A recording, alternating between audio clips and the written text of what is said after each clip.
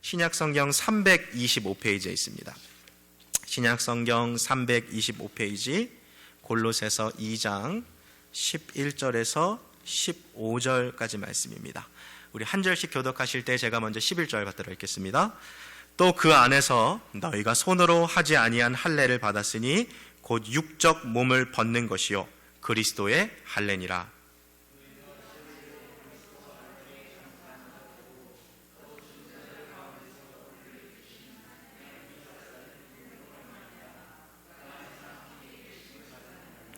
또 너희의 범죄와 육체의 무할례로 죽었던 너희를 하나님이 그와 함께 살리시고 우리에게 모든 죄를 사하시고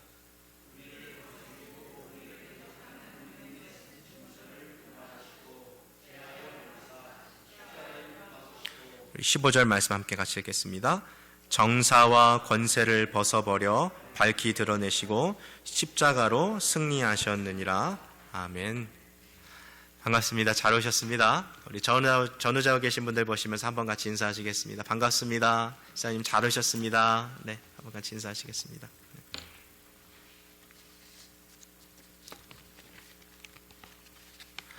우리가 미국 시민이 되기 위해서는 어떠한 것들이 필요할까요? 시민권을 받기 위해서 누가 뭐래도 이 사람은 정말 미국 시민이다 하는 그러한 평가를 받기 위해서는 무엇이 필요할까요? 영어를 정말 잘해서 누구랑 만나도 막힘없이 영어로 대화할 수 있다면 그 사람을 우리가 미국 시민이라고 이야기할까요? 아니면 미국 문화에 대해서 잘 알고 있어서 테이블 매너도 잘 알고 누군가의 집에 놀러 갔을 때도 어떻게 해야 되는지, 또 상대방을 우리 집에 초대했을 때 어떻게 행동해야 되는지 알면 이렇게 미국 문화에 익숙하면 그 사람을 우리가 미국인이라고 부를까요? 이 모든 다양한 생각들을 우리가 가져볼 수 있지만 사실 그 사람이 미국인이다 아니다 하는 것은 딱 한 가지로 판가름 나는 거죠.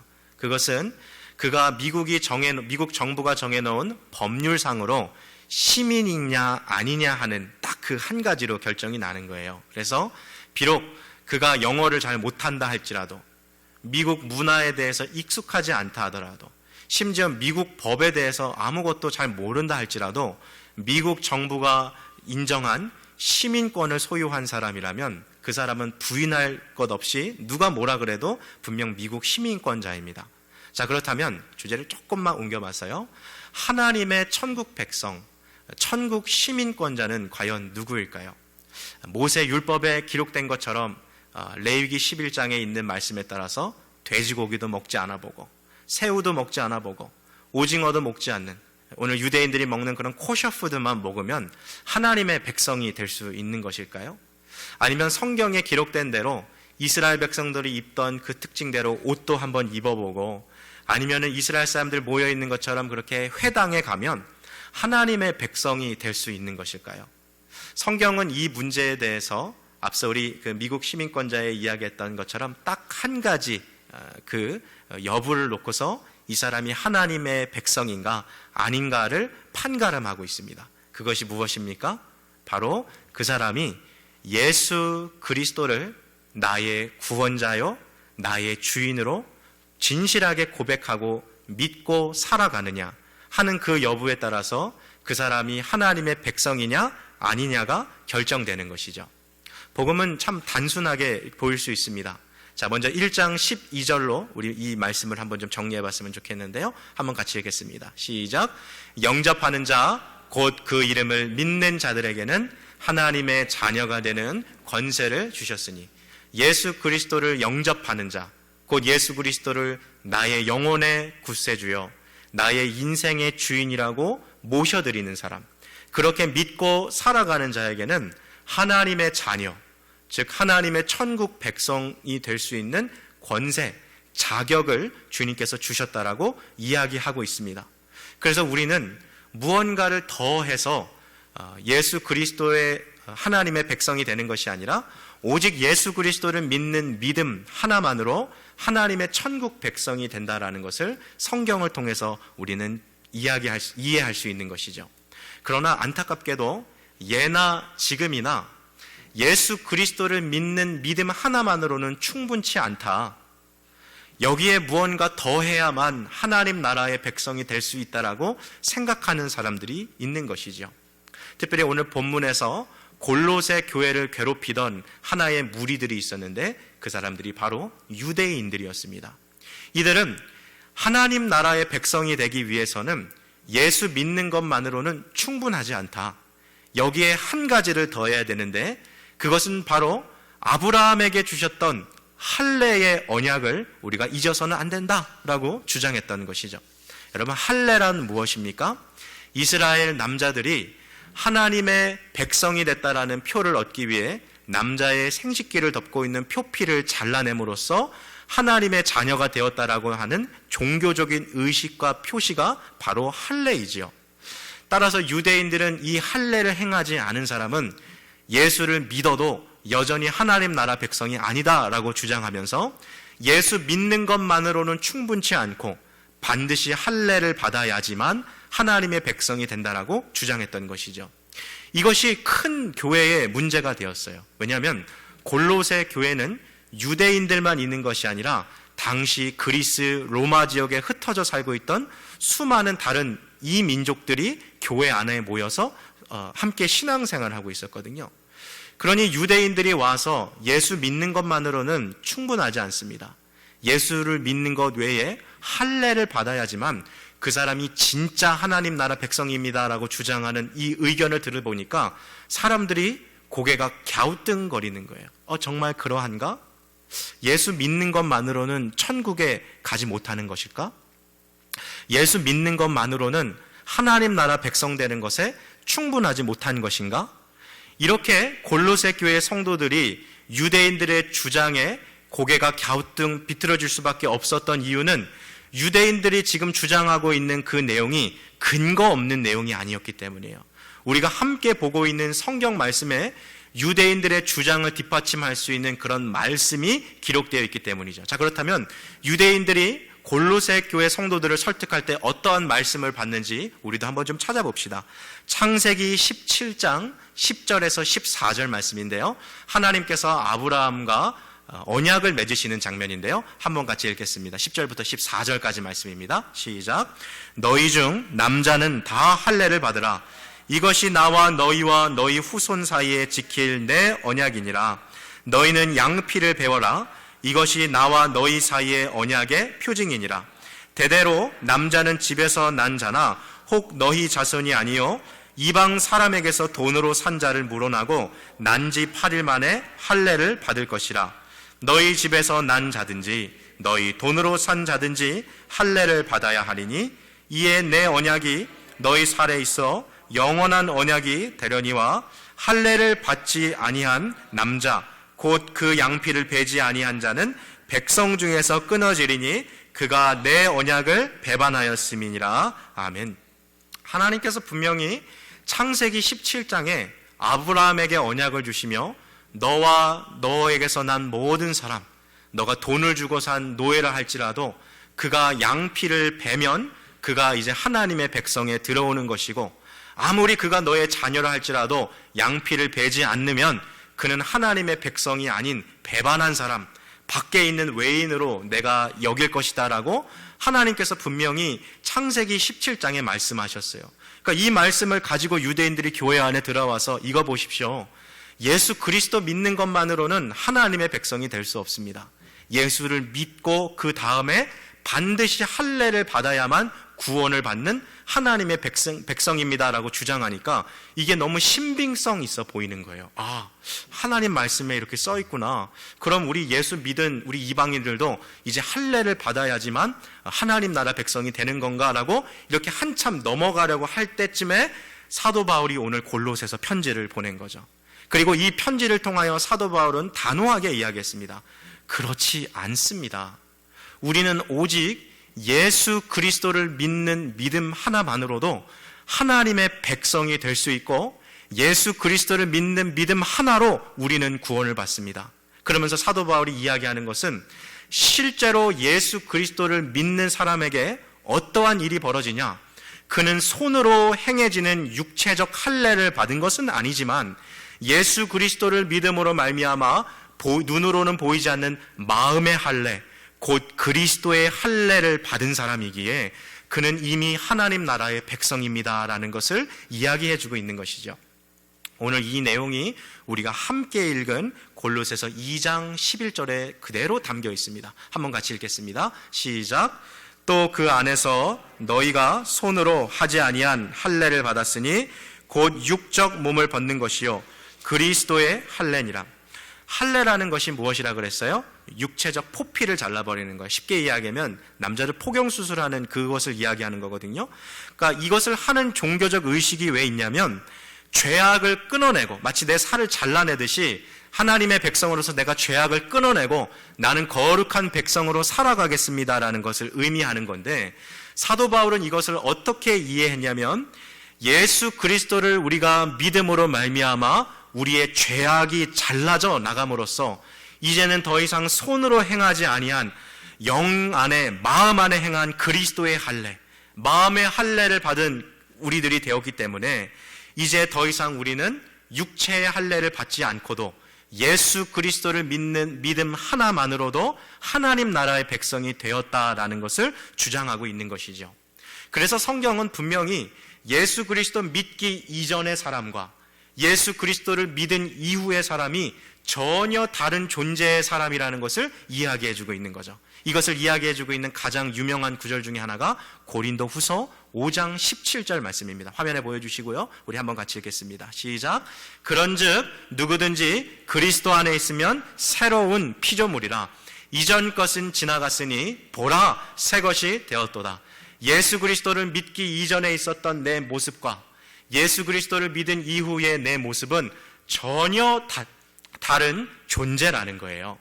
예수 그리스도를 믿기 이전에는 허물과 죄로 살아갔던, 하나님과 원수되어서 살아갔던 그런 존재였지만 이제 예수 그리스도를 믿음으로 인해서 우리의 마음에 할례가 임해지고 죄악이 끊어지는 그리스도의 할례를 받음으로 인해서 하나님의 거룩한 백성으로 태어났다라는 것을 사도 바울은 전해주고 있었던 것이죠. 그래서 골로새 교회 성도들 가운데 할례를 받지 않으면 하나님의 백성이 아니다라고 주장했던 그런 유대인들의 공격을 사도 바울이 오늘 이 편지를 통해서 철저히 제한시켰던 것이죠. 자, 우리는 이러한 사실을 통해서 복음이라는 것이 얼마나 강력한지를 다시 한번 확인할 수 있습니다. 잘 오늘 이 내용을 정리하십시오. 예수 그리스도를 믿는 믿음만으로 하나님의 백성이 될 수 있고 예수 그리스도를 믿는 믿음만으로도 구원을 받기에 충분하다라는 것이 복음입니다. 이것을 믿으실 수 있기를 주님의 이름으로 축복합니다. 사도 바울은 그러하기에 이 복음 이외에 예수 그리스도를 믿는 믿음 외에 무언가를 더해야만이 하나님 나라의 백성이 될 수 있다라고 주장하는 그 모든 무리를 향하여 그들은 다른 복음을 전하는 자들이라 말하며, 예수 그리스도의 복음 외에 다른 복음을 전하는 자는 갈라디아서의 말에 의하면 천사라 할지라도 저주를 받아야 하라라고 사도 바울이 강하게 이야기하는 거죠. 예수 그리스도를 믿는 믿음 하나면 하나님 나라 백성이 될 수 있기에 충분하다. 예수 그리스도를 나의 영혼의 구원자요 내 삶의 주인으로 고백하는 그 믿음 하나면 구원을 얻을 수 있다는 것이 충분하다는 것이 성경의 가르침이라면, 그 위에 다른 어떤 것들을 더해서 구원을 받으려고 하는 시도를 하는 순간 그는 이단으로 규정할 수밖에 없는 것이죠. 그래서 저는 오늘 담대하게 이 아침에 같은 의미로서 예수 그리스도를 믿는 믿음 위에 다른 것을 얹으려고 하는 모든 집단을 이단으로 당당하게 이야기할 수 있다라고 말하며, 그 가운데 많은 사람들이 이단이 아니냐 맞냐라고 논하는 천주교가 저는 이단이라고 자신 있게 이야기할 수 있다라고 생각합니다. 왜 그렇습니까? 예수 그리스도를 믿는 믿음 외에 무엇을 더해야 됩니까? 세례를 받아야 돼요. 온갖 성사를 받아야 됩니다. 거기다가 더해서 나의 선행을 쌓아야지만 하나님 나라 백성이 된다라고 주장하고 가르치는 천주교는 성경의 가르침에 의하면 그것은 이단인 것이죠. 이것은 저만의 주장이 아니라 이미 500년 전부터 종교개혁을 이끌었던 수많은 종교개혁자들이 바로 예수 그리스도의 믿음 외에 무언가를 더하려고 했던 그 온 무리들을 이단이라 규정했던 것과 똑같은 것입니다. 왜 저렇게 수많은 천주교인들이 마지막 인생을 마무리하며 자기의 재산을 교회에 환원할까요? 성당에 환원할까요? 그것은 그들이 죽기 전에 나에게 충분한 공로가 쌓여 있다라는 것을 확신할 수 없어서 내가 천국에 가고자 하는 보장과 보증과 보험으로 마지막 확실하게 공로를 쌓고 죽고 싶은 마음에 있는 것이지요.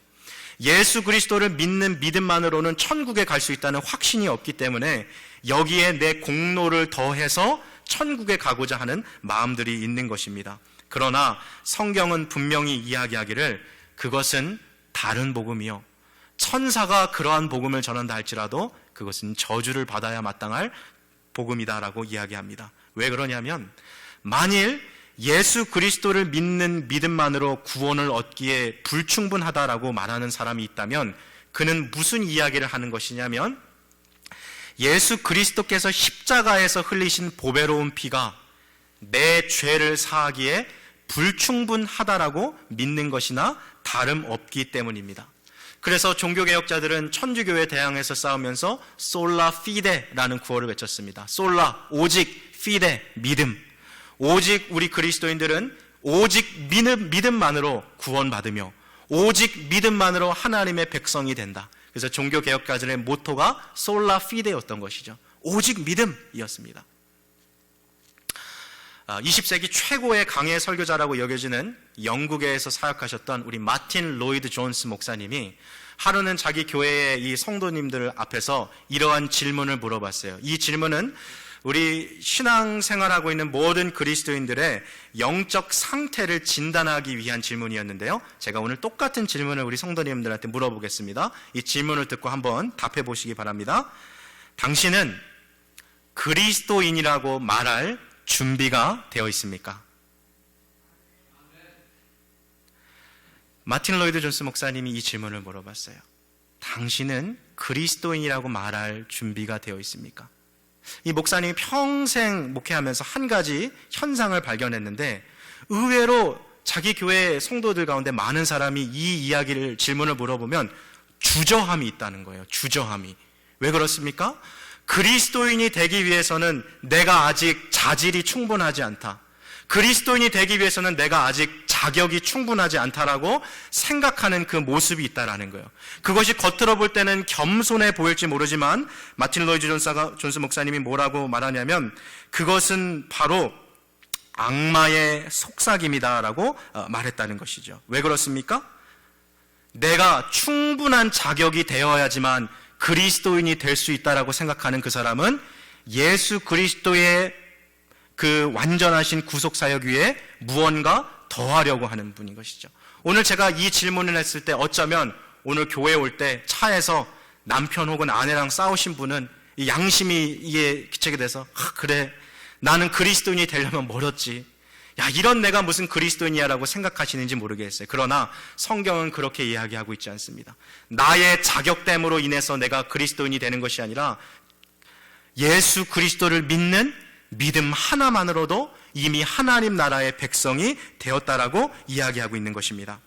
여러분 우리는 절대로 구원을 받기에 충분히 선한 사람이 될 수 없습니다. 인류 역사상 하나님의 백성이 될 만큼 선하게 살아간 사람은 아무도 없습니다. 그래서 마틴 로이드 존스는요, 화면에 한번 보여주시고요, 이렇게 얘기했어요. 읽겠습니다. 기독교의 구원의 핵심은 주님만이 충분히 선하시며 나는 그분 안에 있음을 고백하는 것입니다. 이러한 고백이 저와 여러분들에게 있기를 주님의 이름으로 축복합니다. 내가 어떠한 자격을 얻어서 내가 충분히 선한 사람이 되어서 충분히 선한 행실을 쌓아서 하나님 나라 백성이 된다라고 믿는 것은 성경의 가르침이 아니에요. 오직 주님만이 선하시며 오직 예수 그리스도의 그 십자가의 복음이 우리의 죄를 완전히 사했기에 그 완전하신 사함을 믿음으로 말미암아 하나님 나라 백성이 되었다는 것이 우리가 고백하는 믿음인 것입니다. 유대인들은 말합니다. 할례를 받아야지만 하나님 나라 백성이 될 수 있다. 예수 그리스도를 믿는 것만으로는 충분하지 않다라고 말합니다. 천주교는 말합니다. 예수 그리스도 믿는 것만으로는 충분하지 않다. 선행을 쌓아야 되고 교회에서 지시하는 것들을 행해야지만 그래야 그 사람이 하나님 나라 백성이 된다라고 이야기합니다. 그렇다면 신앙생활하고 있는 지금 우리들은 어떻게 생각하고 있습니까? 사랑하는 성도 여러분, 예수 그리스도를 믿는 믿음 외에 무언가 더하려고 하는 그런 시도들을 과감히 내려놓으십시오.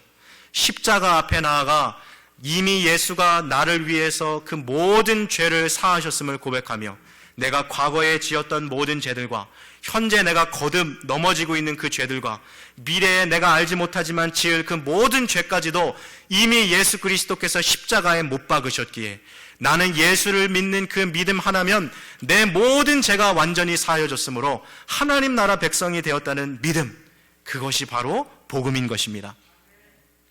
지금 미국에서 수많은 교회들이 있지만 정말 하나님 믿을 것 같지 않는 사람들이 모여 사는 도시, 그게 어딜까요? 바로 뉴욕이에요. 뉴욕. 젊은이들 바쁘게 생활하고 정말 이 영적인 것에 아무런 관심도 없을 것처럼 생활하는 그 뉴욕이라는 도시, 그 뉴욕의 중심 맨하탄, 거기서 폭발적으로 성장하는 하나의 교회가 있었는데 바로 Redeemer Church라는 교회였어요. 이 교회의 수많은 젊은이들이 그들 안에 있을 거라고 느끼지 않았던 영적인 목마름, 영적인 갈증을 갖고 왜 살아가야 되는가? 어떻게 하면 구원을 얻을 수 있을까? 이 세상의 소망은 무엇인가 하고 교회를 찾아오는 이들에게 이 교회의 담임 목사님이었던 팀 켈러 목사님이 복음이 무엇인가를 설명해 줄 때 이렇게 이야기했어요. 제가 그분이 쓴 센터 처치라는 책에서 인용한 문장입니다. 복음은, 주보에 남아 있는 문장이에요. 복음은 우리가 행하는 무엇이 아니라 우리를 위해 행해진 무엇이며 우리가 반응해야 하는 어떤 것이다. 여러분, 이 문장이 이해되십니까? 복음은요, 내가 무언가를 행해야 되는 게 아니에요. 이미 우리를 위해 행해진 그 무엇, 예수 그리스도를 통해서 이루어진 그 무엇을 우리가 반응하는 것, 그것이 복음이라는 것이죠. 그래서 이것을 좀 더 간단하게 정리해 보면요, 은혜는 복음이요, 선행은 은혜의 결과이다. 이해되십니까? 은혜는 복음이요, 선행은 은혜에 따른 복음의 결과이다. 이렇게 우리가 정리할 수 있을 것 같아요. 자, 분명 우리는 예수 그리스도를 믿는 믿음 하나만으로 구원을 받았어요. 종교개혁자들이 외쳤던 슬로건이 뭐라고요? Sola fide, 오직 믿음. 우리는 오직 믿음 하나만으로 구원을 받는다라 그랬어요. 자, 그런데 인간이라고 하는 것은요, 참 균형을 잃어버리기 쉬운 존재인 것 같아요.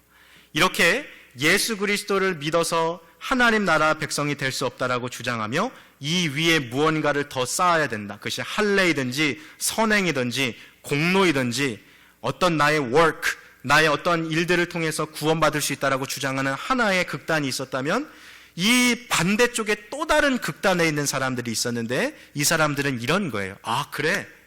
내가 예수 그리스도를 믿는 믿음만 있으면 구원받는 하나님의 백성이 된다면 이제는 내가 예수 믿었으니까 난 아무렇게나 살아도 되겠구나. 내가 어떻게 행동하든지 내 마음껏 살아도 나는 하나님 나라 백성이고 천국 갈 수 있는 티켓을 이미 소유한 사람이니까 그럼 나는 아무렇게나 행해도 되는가? 라고 주장하는 또 하나의 극단의 무리, 율법 폐기론자들이 있다라는 것이죠. 이것을 우리가 어떻게 정리할까요? 의외로 수많은 그리스도인들이 이러한 믿음을 가지고 잘못된 하나의 극단에서 우리가 나왔는데 이 극단에서 균형과 중심을 잡는 것이 아니라 또 다른 극단으로 살아가서 이제는 선행도 필요 없다, 믿음만 있으면 되니까 아무렇게나 살아도 된다라고 주장하는 사람들이 발생했던 것이죠. 이것에 대해서 우리는 다음과 같이 정의할 수 있어요. 이걸 제가 정의 내리기보다 이미 너무 잘 정의된 문장이 하나 있어서 함께 같이 읽어보고 싶은데요, 바로 종교개혁의 깃발을 흔들었던 마틴 루터가 했던 말입니다. 한번 같이 읽겠습니다. 시작. 우리가 믿음으로만 구원받지만 우리가 단지 믿음만 남는 믿음으로 구원받는 것은 아니다. 잘 이해하셔야 돼요. 우리가 믿음으로만 구원받아요. 예수 그리스도를 믿는 믿음만으로. 그렇지만 그 믿음이라 하는 것은 단지 믿음만 남는 믿음은 아니라는 거예요. 좀 더 풀어서 얘기해 볼까요? 우리가 예수 그리스도를 진실하게 나의 삶의 구원자여 주인으로 믿고 살아간다면, 그것이 참된 믿음이라면 내가 가진 그 믿음은 필연적으로 나의 삶 가운데 선행으로 나타나 있는, 야고보서에서 말하는 살아있는 믿음으로 증명된다는 것입니다. 우리가 구원받는 것은 오직 예수 그리스도를 믿는 믿음으로만 이루어져요. 그러나 그 믿음은 믿음만 남는 것이 아니라 반드시 우리의 삶의 선행으로, 우리의 삶의 변화로 나타나는 믿음이라는 것을 사도 바울은, 복음은, 하나님의 말씀은 이야기해 주고 있는 것이죠. 자, 이것이 바로 복음과 은혜 그리고 선행의 관계를 우리가 잘 보여주고 있죠. 왜 사도 바울이 지금 이 이야기를 하고 있는지 아시겠죠? 골로새 교회에 예수 그리스도를 믿는 믿음만으로는 충분하지 않은 것 같은데 뭔가를 더 해야 되는데 라고 주장하는 사람들이 있었기 때문에 사도 바울이 이 이야기를 한 거예요. 할례에 대해서. 자, 그렇지만 이제 신약 시대를 살아가는 우리들은 더 이상 할례를 받지 않습니다. 그 이유가 뭐예요? 우리는 이미 예수 그리스도를 믿음으로써 마음의 할례를 받았거든요. 그리스도의 할례를 받았거든요. 예전에 아브라함 시대의 사람들이 그 육체의 포피를 잘라버렸던 것처럼 우리는 예수 그리스도를 믿음으로 인해 죄악의 포피를 잘라버린 사람들이에요. 손으로 행하지 않은 영적인 할례를 받은 사람들이기 때문에 더 이상 우리는 이런 할례가 필요하지 않아요. 그렇지만 신약 시대를 살아가는 사람들도 우리가 하나님의 백성이 되었다는 것을 상징적으로 행하는 종교적인 새로운 의식이 있죠. 그게 무엇입니까? 바로 세례입니다. 이 세례를 통해서 우리가 예수 그리스도의 완전하신 그 구속사역에 동참하고 있다는 것을 우리가 상징적으로 나타내죠. 그래서 그 내용을 사도 바울이 바로 12절에 이어서 얘기해 주는데요. 12절 말씀 한번 같이 읽겠습니다. 시작. 너희가 세례로 그리스도와 함께 장사한 바 되고 또 죽은 자들 가운데서 그를 일으키신 하나님의 역사를 믿음으로 말미암아 그 안에서 함께 일으키심을 받았느니라. 세례는 우리가 죄에 대해서 죽었다라는 것을 보여주고 예수 그리스도 안에서 우리가 새 생명을 얻었다라는 것을 보여주는 너무나도 좋은 상징적인 모습이에요. 우리는 요즘에 이렇게 교회에서, 우리 장로교에서는 세례 줄 때 어떻게 줍니까? 우리 이렇게 컵 안에, 잔 안에 담겨 있는 물을 우리 목사님이 스프링클 하잖아요. 뿌리잖아요. 근데 우리 침례교 가면은 세례 줄 때 어떻게 줍니까? 침례교 교회 가보셨어요? 뒤에 이렇게 배탑 같은 거 하나 큰 거 있죠. 그래서 거기다가 사람들을 덩크 해가지고 이렇게 담갔다가 이렇게 올리는데, 사실 이 세례라는 이 성경에 담긴 이 헬라어 단어가 씻다라는 의미도 있지만 담그다라는 그런 뜻이 있어요. 근데 이것을 우리가 두 가지로 이렇게 봤으면 좋겠어요. 세례할 때 사람을 물에 잠그었다가 그리고 두 번째 꺼내는 그 모습을 통해 사도 바울은 오늘 이것이 무엇을 상징하는가를 보여주는 거죠. 사람을 물에 잠근다라는 것은 의미하는 것은 무엇이냐면, 예수 그리스도께서 십자가에 달려 돌아가실 때 그의 모든 죄가 주님과 함께 십자가에 못 박혀 죽었다라는 것을 상징하는 거예요. 쉽게 말하면 내가 세례받을 때 물 속에 깊이 들어가는 그것은 내 옛사람, 내 죄된 본성은 십자가에서 주님과 함께 죽었습니다 하는 것을 상징적으로 보여주는 것이죠. 이것을 잘 보여주는 말씀이 갈라디아서 2장 20절, 너무나도 유명한 구절이죠. 한번 같이 읽겠습니다. 시작. 내가 그리스도와 함께 십자가에 못 박혔느니 그런즉 이제는 내가 사는 것이 아니요 오직 내 안에 그리스도께서 사신 것이라. 이제 내가 육체 가운데 사는 것은 나를 사랑하사 나를 위하여 자기 몸을 버리신 하나님의 아들을 믿는 믿음에서 사는 것이라. 바로 이 말씀, 내가 그리스도와 함께 십자가에 못 박혔나니, 여러분, 사도 바울이 여기서 진짜 자기의 육체가 예수님과 십자가에 매달렸다라고 얘기하는 게 아니에요. 여기서 말하는 내가 그리스도와 함께 십자가에 못 박혔다라는 것은 나의 옛사람, 나의 죄된 본성, 죄의 노예로 살아갈 수밖에 없었던 그 저주받은 운명이 세례를 통해서 물속에 들어가는 것처럼 죽음을 상징하는 거죠. 함께 주님하고 매장됐다라는 것을 의미하는 거죠. 자, 그러면 이제 세례를 할 때 목사님이 세례를 베푸는 사람을 물에 잠갔다가 그대로 둡니까? 그럼 큰일 나죠. 이 사람을 이제 물에서 꺼내야 되는 거예요. 그럼 이 죽은 사람을 다시 꺼낸다라는 것은 무슨 의미입니까? 예수 그리스도께서 십자가에 달려 돌아가시고 무덤에서 며칠간 계셨어요? 네, 얼마나 친절합니까? 이렇게 답까지 따지고 3일 후에 부활하셔서 새 생명을 얻으셨던 것처럼 물속에서 세례를 받고 나오는 그 사람의 그 의미가 뭐예요? 이제 예수 그리스도와 함께 다시 부활의 소망을 갖고 새 생명을 가지고 살아가는 사람이라는 것을 나타내는 것이죠. 그게 바로 지금 골로새서 1장 12절 말씀에 나와 있어요. 이 세례의 의미를 가장 잘 보여주는 말씀이 저는 로마서 6장 4절 5절 말씀이라고 생각합니다. 한번 같이 읽겠습니다. 시작. 그러므로 우리가 그의 죽으심과 합하여 세례를 받음으로 그와 함께 장사되었나니 이는 아버지의 영광으로 말미암아 그리스도를 죽은 자 가운데서 살리심과 같이 우리로 또한 새 생명 가운데서 행하게 하려 함이니라. 만일 우리가 그의 죽으심을 본받아 연합한 자가 되었으면 또한 그의 부활을 본받아 연합한 자가 되리라. 사도 바울은 오늘 우리가 함께 읽은 이 본문을 통해서 한 가지 핵심 메시지를 전해주고 싶었어요. 그게 뭐냐면 예수 그리스도께서 십자가를 지심으로 말미암아 우리의 죄를 용서하셨는데 그 죄를 용서하신 것은 남김없이 완전하게 용서하셨다. 예수 그리스도의 구속하심은 완전하신 사역이시다. 그러니 이제 더 이상 뭘 해야 되는 게 아니라 예수 그리스도를 믿기만 하면 누구든지 구원받을 수 있다. 그 얘기를 지금 해주고 싶은 거거든요. 근데 사람의 마음이라는 것이요, 그런 것 같아요. 무언가 여전히 내 죄가 씻음받으려면 믿는 것 말고 뭔가 더 해야 할 것 같은 거예요. 내가 하나님 앞에 빚진 마음이 있으니까 뭔가 봉사도 더 해야 될 것 같고 헌금도 더 해야 될 것 같고 신앙생활도 열심히 해야 될 것 같은 그런 공로의식이 자꾸만 우리 속에서 꿈틀꿈틀거리거든요. 그래서 사도 바울은 이것을 확실히 못 받기 위해서 아닙니다. 여러분의 죄는 이미 다 paid off, 이미 다 예수 그리스도께서 지불하셨습니다. 그 이야기를 해주고 싶은 거예요. 그래서 오늘 13절 말씀 한번 같이 보겠습니다. 시작. 또 너희의 범죄와 육체의 무할례로 죽었던 너희를 하나님이 그와 함께 살리시고 우리에게 모든 죄를 사하시고. 자, 13절에 제가 강조하고 싶은 것은 죄 바로 앞에 있는 단어입니다. 무슨 단어입니까? 모든이란 단어예요. 모든 죄.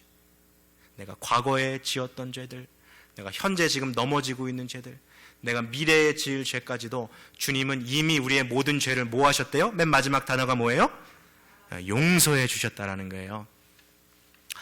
제가 20대 때 이 죄의 문제에 제가 걸려가지고 한참 제가 절망에 빠졌을 때가 있어요. 아무리 죄를 짓고 싶지 않고 수없이 결단해봐도 또 죄에 넘어지는 제 자신을 보면서 야, 나는 진짜 저주받은 사람인가 보다. 나는 하나님의 백성이라고 칭함받기에 부족한 사람이다.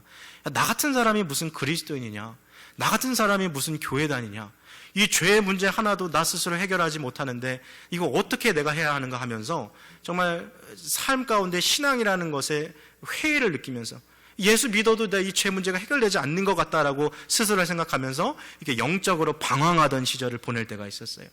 바로 그때에 제가 우연하게 읽게 된 책이 필립 얀시라는 사람이 썼던 놀라운 하나님의 은혜라는 책이었어요. Amazing God's Grace라는 책이었는데 이 책을 보면서 저의 삶을 바꿨던 두 가지 문장을 제가 만나게 돼요. 그 문장이 뭐냐면 첫 번째 문장은 이것이었어요. 이 세상에 하나님이 용서하시지 못할 죄는 없다.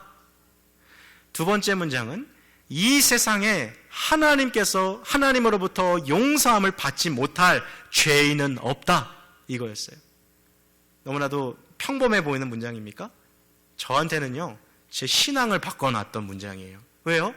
이 죄에 무너지고 또 무너지고 또 실패하고 또 죄의 노예처럼 살아가는 나여서 나는 정말 저주받은 사람인가 보다. 다른 사람들 다 구원받아도 내 안에서 일어나는 거 사람들 못 볼 텐데 다른 사람들은 다 천국 가도 나같이 이렇게 죄 짓고 살아가는 몬스터, 이 괴물 같은 나는 천국 백성이 아니다라고 생각했던 저에게 하나님이 이 세상에서 용서하지 못할 죄가 없다라는 사실을 발견하니까 나 같은 죄인도 하나님 용서하시겠어요?